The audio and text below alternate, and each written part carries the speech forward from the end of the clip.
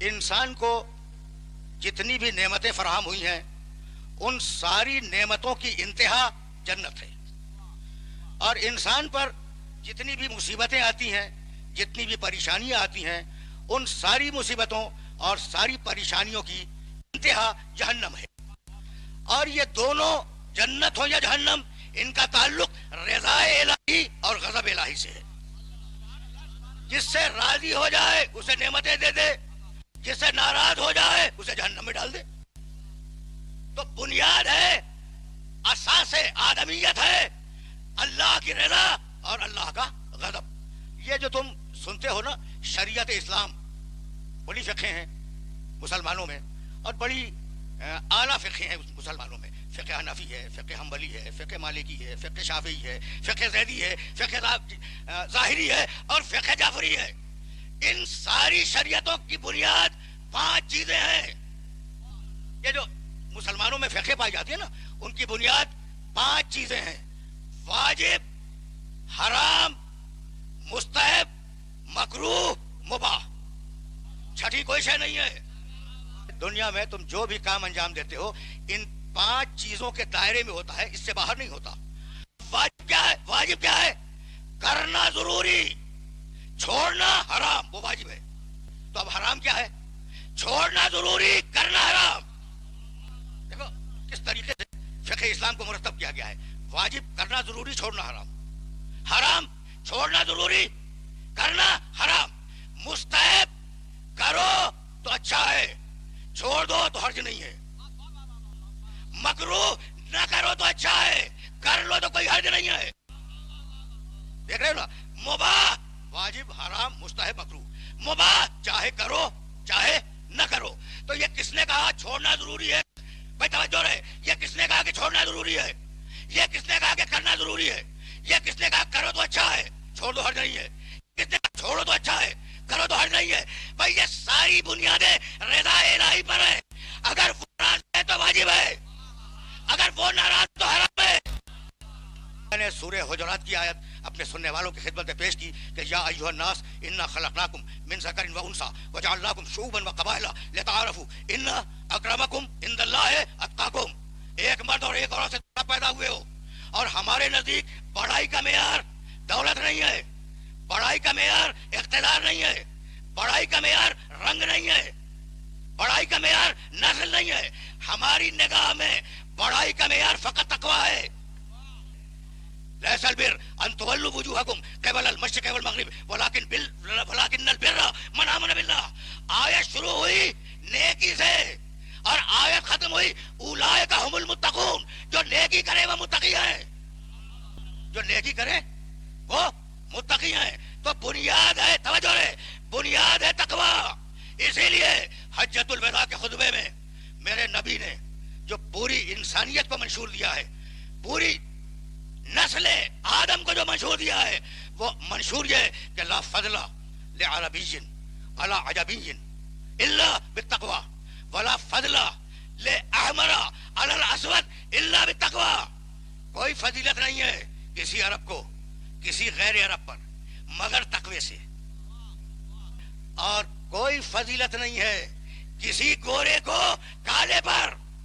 اب تم نہ مانو دوسری بات ہے، کالوں پر گوروں کو ترجیح دو، یہ تمہارا مسئلہ ہے۔ تمہاری نگاہ میں گورے کی اہمیت بڑھ جائے وہ الگ مسئلہ ہے۔ میرے نبی نے کہا کہ کسی گورے کو کسی کالے پر کوئی فضیلت نہیں ہے الا بالتقویٰ۔ اگر فضیلت ہے تو تقوی سے ہے۔ کتنا بے لوث ہے میرا نبی اور کتنا بے غرض ہے میرا نبی۔ نبی غیر عرب نہیں تھا، عرب تھا، اور پھر آواز دے رہا ہے عرب کو کوئی فضیلت نہیں ہے۔ نبی کالا نہیں تھا، گورا تھا، اور پھر کہہ رہا ہے کہ گورے کو کالے پہ کوئی فضیلت نہیں ہے۔ ایسا ہو تو خاتم النبیین بن جائے۔ تو بنیاد ہے بڑائی کی تقویٰ۔ تم نعرے لگا رہے ہو، تمہاری متمدن دنیا نعرے لگا رہی ہے کہ انسانوں میں مساوات ہونی ضروری ہے۔ یہ یورپ کا نعرہ ہے، مغرب کا نعرہ ہے کہ انسانوں میں برابری ہونی ضروری ہے۔ توجہ رہے، برابری ہونی ضروری ہے، لیکن یہ نعرہ غیر فطری ہے، فطرت کے خلاف ہے۔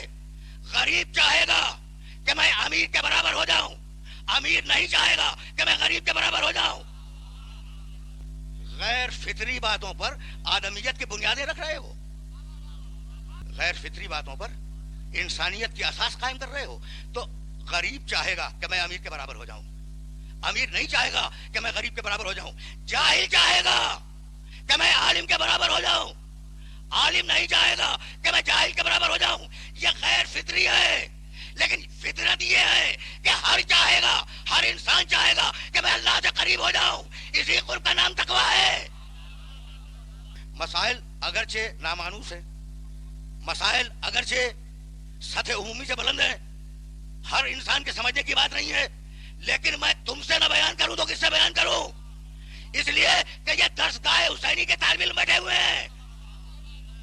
تم سے اگر یہ مسائل بیان نہ کیے جائیں تو پھر کس سے بیان کیے جائیں؟ اچھا، تو پروردگار نے کیا بنیاد رکھی؟ اگر بڑھنا ہے، قریب ہونا ہے اللہ سے تو تقویٰ اختیار کرو، اور اگر قریب ہونا ہے اللہ سے تو ایمان پہ آ جاؤ.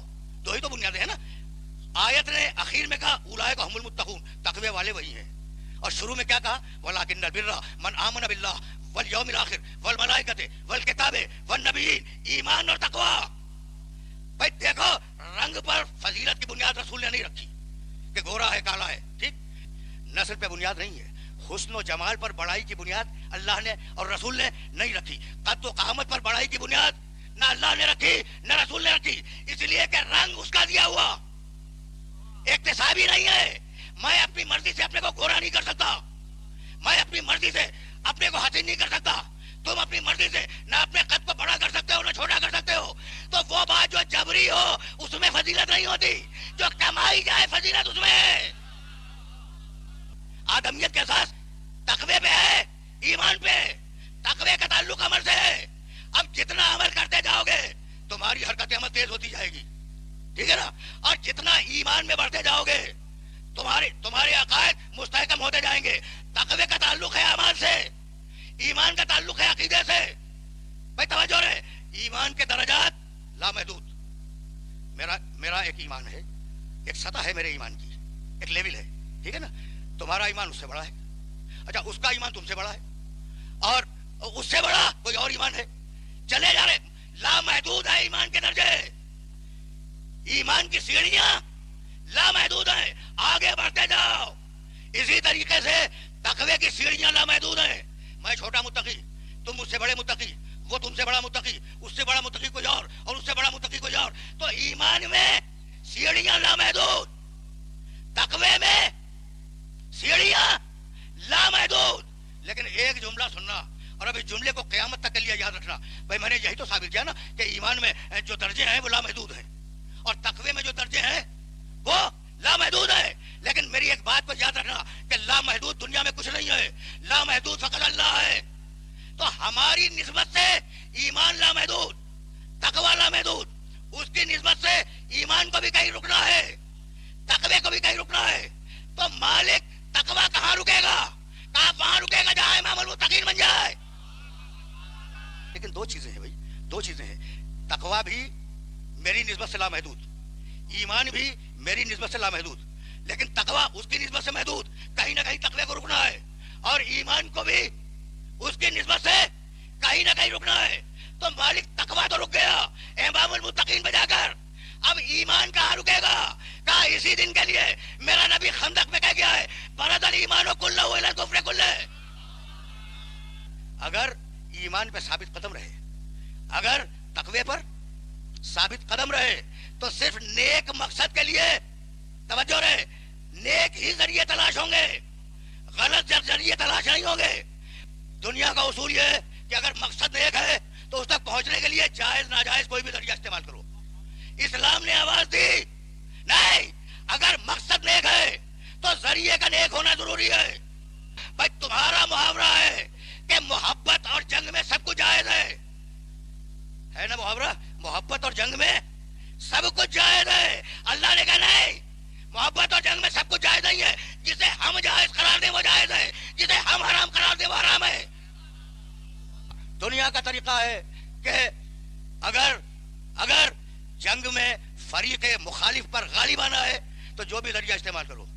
یہ ہمارا طریقہ ہے کہ بھائی جنگ جیتنی ہے، دشمن کو ہرا دینا ہے، اب جو بھی طریقہ استعمال کرو. کہا نہیں، اسلام نے کہا نہیں، جنگ جیتنی ہے لیکن جنگ جیتنے کے لیے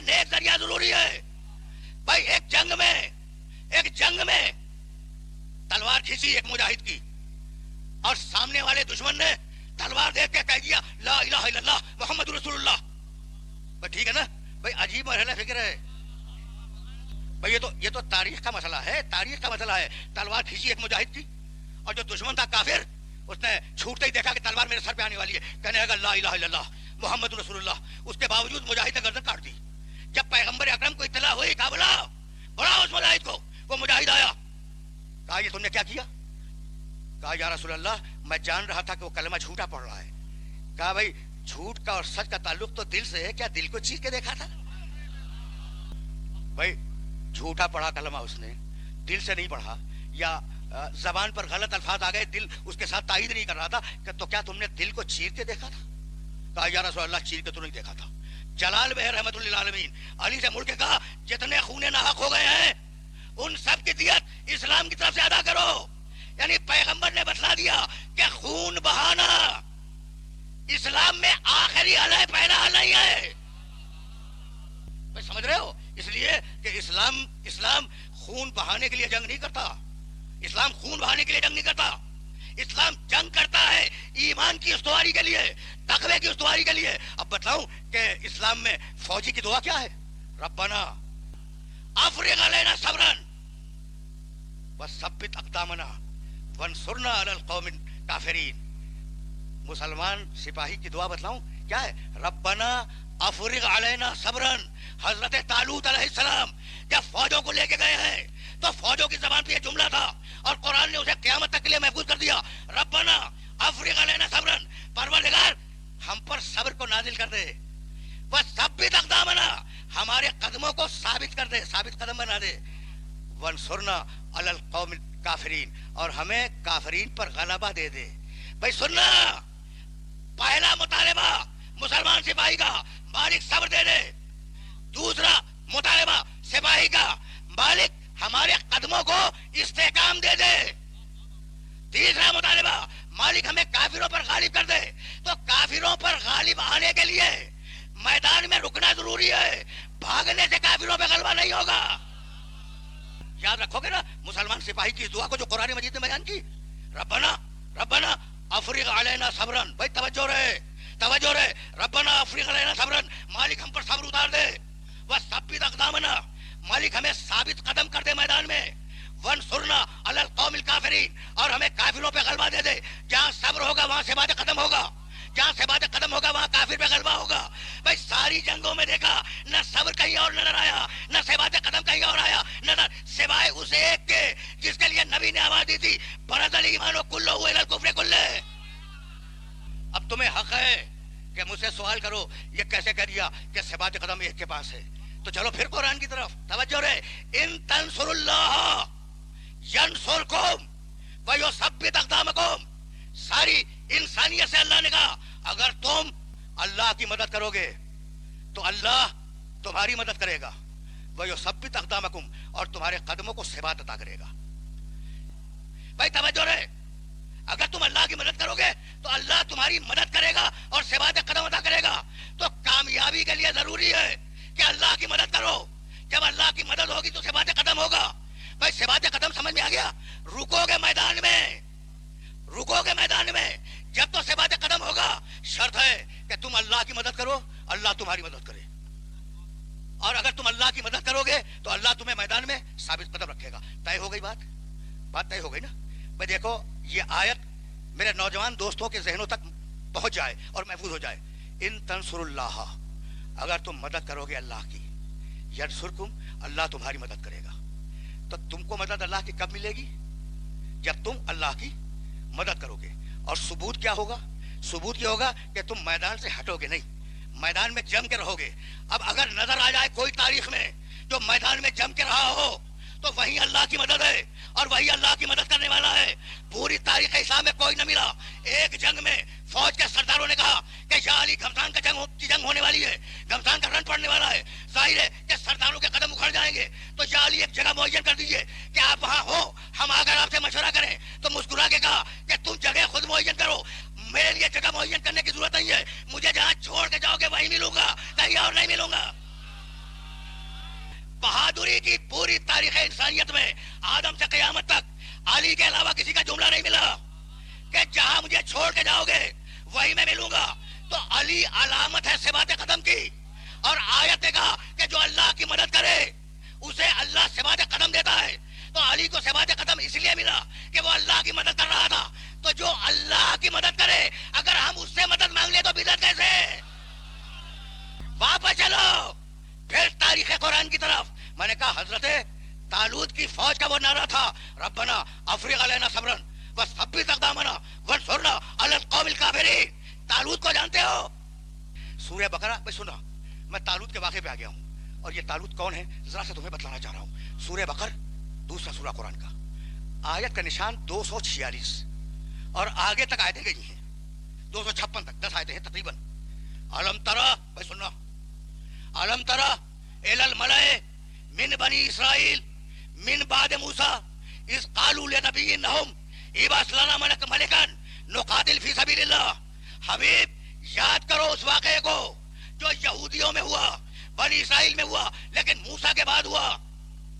3000 سال آج سے 3000 سال پرانا واقعہ قرآن مجید کوٹ کر رہا ہے. یہ میں نے کیسے کہہ دیا 3000 سال؟ بھائی ہم سے نبی تک 1500 سال, نبی سے عیسیٰ علیہ السلام تک 500 سال, 2000 سال ہو گئے 2000 سال ہو گئے. اور عیسیٰ علیہ السلام سے موسیٰ تک 1450 سال 3500 سال ہو گئے. تو موسیٰ کے بعد کا واقعہ ہے تقریباً 3000 سال پہلے. قرآن کو ایسے سمجھو, قرآن کو ایسے سمجھو. تو 3000 سال پرانا واقعہ قرآن نے بیان کیا. حبیب تو نے دیکھا نہیں, ترجمہ میں نے غلط کیا, جان بوجھ کے غلط کیا. علم ترى حبیب کیا تو نے نہیں دیکھا, کیا تو نے نہیں دیکھا کہ موسیٰ کے بعد بنی اسرائیل نے اپنے نبی سے کہا ہمارے لیے ایک سردار معین کر دو. ہمارے لیے نبی سے کہا ہمارے لیے ایک بادشاہ معین کر دو, ہمارے لیے ایک حکمران معین کر دو. 3000 سال پہلے یہودی اتنا عقل مند تھا کہ اس نے اپنا حکمران خود منتخب نہیں کیا, نبی سے جا کے کہنے لگا علم ترى الى الملأ من بنی اسرائیل من بعد موسیٰ اذ قال نبی لهم. بھائی توجہ, اذ قالوا لنبی لهم ابعث لنا ملکا. قوم آئی نبی سے کہنے لگی یہودی قوم نبی سے کہنے لگی ہمارے لیے ایک بادشاہ معین کر دیں. ٹھیک ہے نا, نقاتل فی سبیل اللہ. اس بادشاہ کی اطاعت میں, اس کی سرپرستی میں ہم اللہ کی راہ میں قتال کریں گے, ہم اللہ کی راہ میں جہاد کریں گے. نبی نے کہا کہیں ایسا تو نہیں کہ اللہ بادشاہ معین کر دے اور تم جہاد سے بھاگ جاؤ؟ کہا نہیں, ہم ایسا کیوں کریں گے. آگے قرآن نے کہا کہ یہی مطالبہ کرنے والے جب میدان جنگ میں گئے تو بھاگ گئے. کیا مطالبہ ہے بنی اسرائیل کا؟ ہمارے لیے اے نبی اللہ ہمارے لیے ایک بادشاہ بنا دیں. یہی تو مطالبہ ہے نا. قال لهم نبیہم ان اللہ قد بعث لکم طالوت ملکا. نبی کہنے لگا کہ اللہ نے تمہارے لیے طالوت کو بادشاہ بنا دیا. مطالبہ تھا نبی سے کہ تو بنا دے, مطالبہ تھا کہ اے نبی اللہ بادشاہ تو بنا دے. لیکن نبی اپنی حد کو پہچانتا ہے. نبی نے خود بادشاہ نہیں بنایا. نبی کہنے لگا اللہ نے طالوت کو تمہارے اوپر حکمران بنا دیا. تو ان اللہ قد بعث لکم طالوت ملکا, اللہ نے طالوت کو تمہارا حکمران بنا دیا. نبی نے نہیں بنایا, اللہ نے بنایا. تو جو کام نبی نہ کر سکے اس کام کی اجازت آپ کو کس نے دے دی؟ قال لهم, تاریخ قرآن کا یہ واقعہ تو سنتے جاؤ. قال لهم نبیہم ان اللہ قد بعث لکم طالوت ملکا. اللہ نے تمہارے لیے طالوت کو بادشاہ بنا دیا. توجہ رہے, طالوت کو اللہ نے, میں نے نہیں. نبی کہہ رہا میں نے نہیں, اللہ نے بنایا.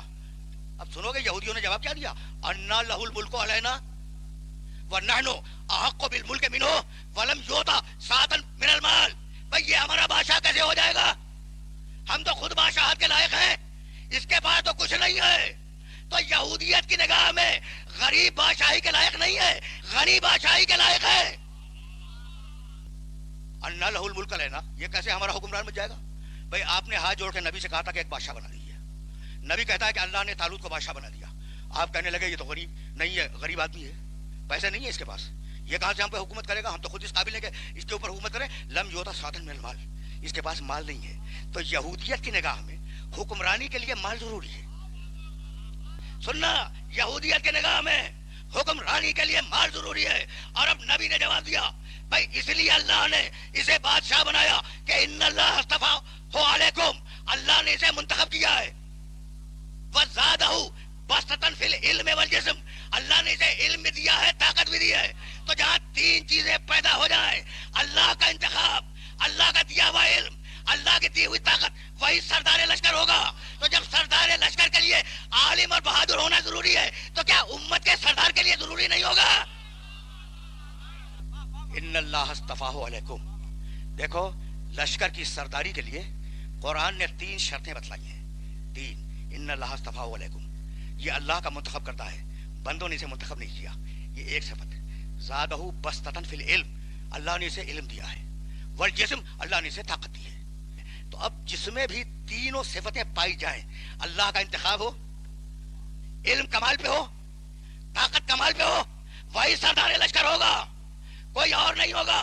یہ اصول جو قرآن میں لکھا ہوا ہے قیامت تک ٹوٹے گا نہیں. اللہ منتخب کرے، اللہ علم دے، اللہ طاقت دے. اب جب ہم نے مصطفیٰ بندے کو دیکھا تو غدیر میں میرے نبی نے آواز دی، اللہ مولانا وانا مولا المومنین ومن کنت مولا فاز علی المولا. بھائی شرطیں تین ہیں، میں نے تو صرف ایک شرط بیان کی ہے. سردار لشکر کے لیے تین شرطیں ضروری ہیں. اللہ کا منتخب شدہ ہو. میرا نبی غدیر خون کے میدان میں کہہ رہا ہے، اللہ مولانا، ہم سب کا مولا اللہ ہے. وَأَنَا مَوْلَى الْمُؤْمِنِينَ، مسلمانوں کا مومنوں کا مولا میں ہوں. وَمَنْ كُنْتُ مَوْلَاهُ فَهَذَا عَلِيٌّ مَوْلَاهُ، جن مومنوں کا مولا میں ہوں، جن مومنوں کا مولا میں ہوں، اس کا مولا یہ علی ہے. تو غدیر خون کے خطبے میں میرے نبی نے کہا میں مومنین کا مولا، علی بھی مومنین کا مولا. تو اب غیر مومن کو مولا ماننے سے تکلیف کیوں ہو؟ تو تین شرطیں کیا تھیں؟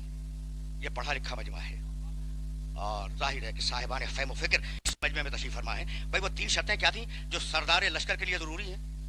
پہلی شرط اللہ منتخب کرے، غدیر میں منتخب ہو گیا. دوسری شرط زادہ بسطۃ فی العلم والجسم، علم میں بھی زیادہ ہو، جسم میں بھی زیادہ ہو.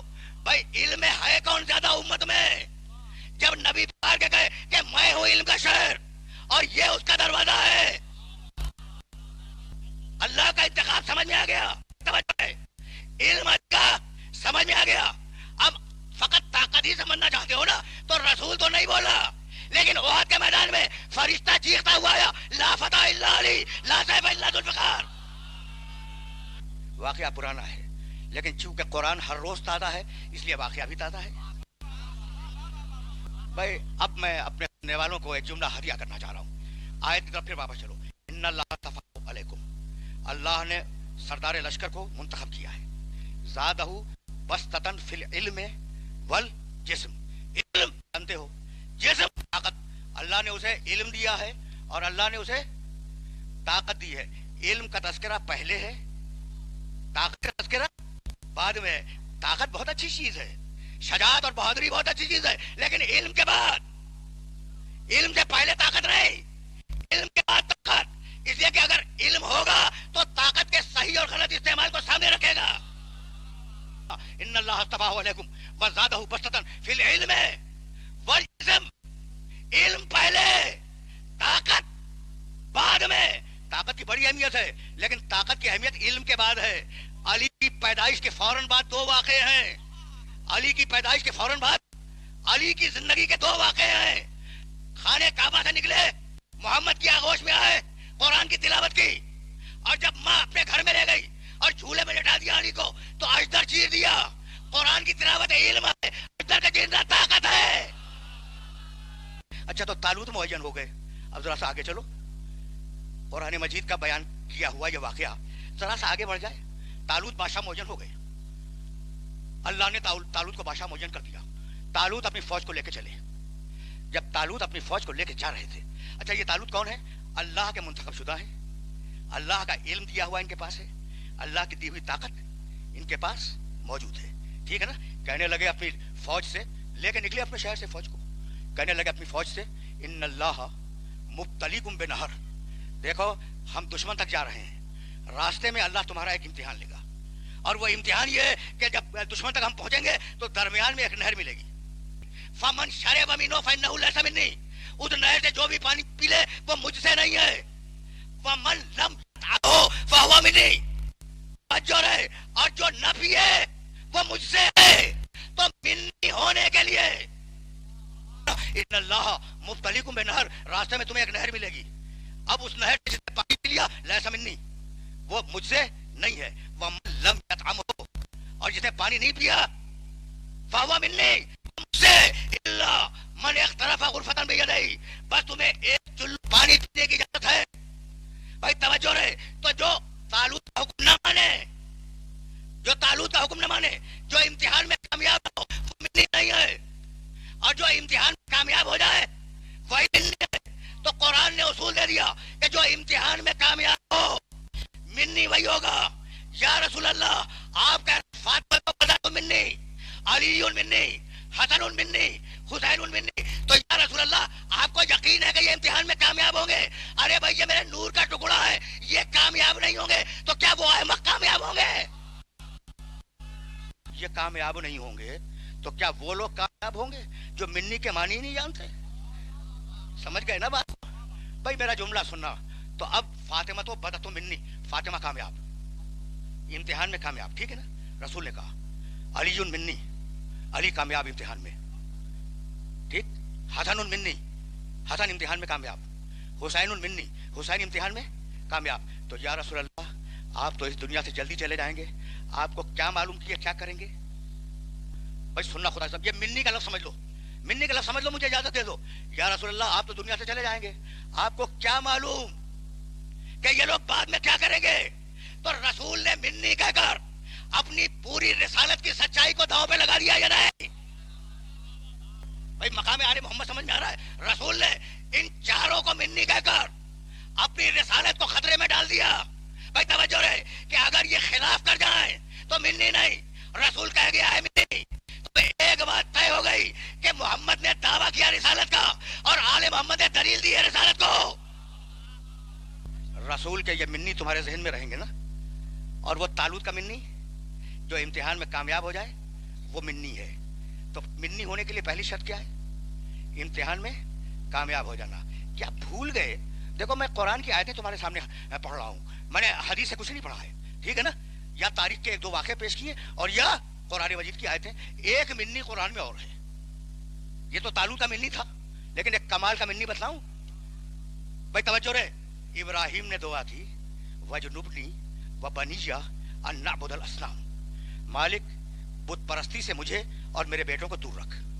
تو ابراہیم مشرک نہیں ہو سکتے نا, ممکن نہیں ہے. وجنبنی وبنیہ ان نعبد الاصنام, مالک مجھے میرے بیٹوں کو بت پرستی سے دور رکھ. رب انہن اضللن کثیرا من الناس, مالک یہ بت جو ہیں انہوں نے انسانوں کی اکثریت کو گمراہ کر دیا ہے. توجہ رہے, توجہ رہے, ابراہیم نے کیا کہا؟ مالک مجھے شرک سے دور رکھ, بت پرستی سے دور رکھ. توجہ رہے, تو ابراہیم کی زندگی کا ایک بھی لمحہ بت پرستی میں بسر نہیں ہوا. اور اب ابراہیم کہنے لگا فمن تبعنی فانہ منی, اب جو میرا مکمل اتباع کرے وہ منی ہوگا.